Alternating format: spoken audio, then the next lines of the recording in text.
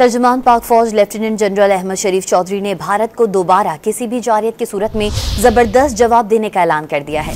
तुर्क मीडिया को इंटरव्यू देते हुए दो टोक अल्फाज में वाज़ेह कर दिया कि भारत इजराइल नहीं और ना ही पाकिस्तान फलस्तीन है। पाकिस्तान भारतीय तसल्लुत के सामने कभी नहीं झुकेगा। तर्जुमान पाक फौज ने भारत को एक बार फिर दहशतगर्दों का सरपरस्त करार दे दिया। तर्जुमान पाक फौज लेफ्टिनेंट जनरल अहमद शरीफ चौधरी ने भारत को दोबारा किसी भी जारियत की सूरत में जबरदस्त जवाब देने का ऐलान कर दिया है। तुर्क मीडिया को इंटरव्यू देते हुए दो टोक अल्फाज में वाज़ेह कर दिया कि भारत इजराइल नहीं और ना ही पाकिस्तान फलस्तीन है। पाकिस्तान भारतीय तसल्लुत के सामने कभी नहीं झुकेगा। तर्जुमान पाक फौज ने भारत को एक बार फिर दहशतगर्दों का सरपरस्त करार दे दिया। तर्जुमान पाक फौज लेफ्टिनेंट जनरल अहमद शरीफ चौधरी ने भारत को दोबारा किसी भी जारियत की सूरत में जबरदस्त जवाब देने का ऐलान कर दिया है।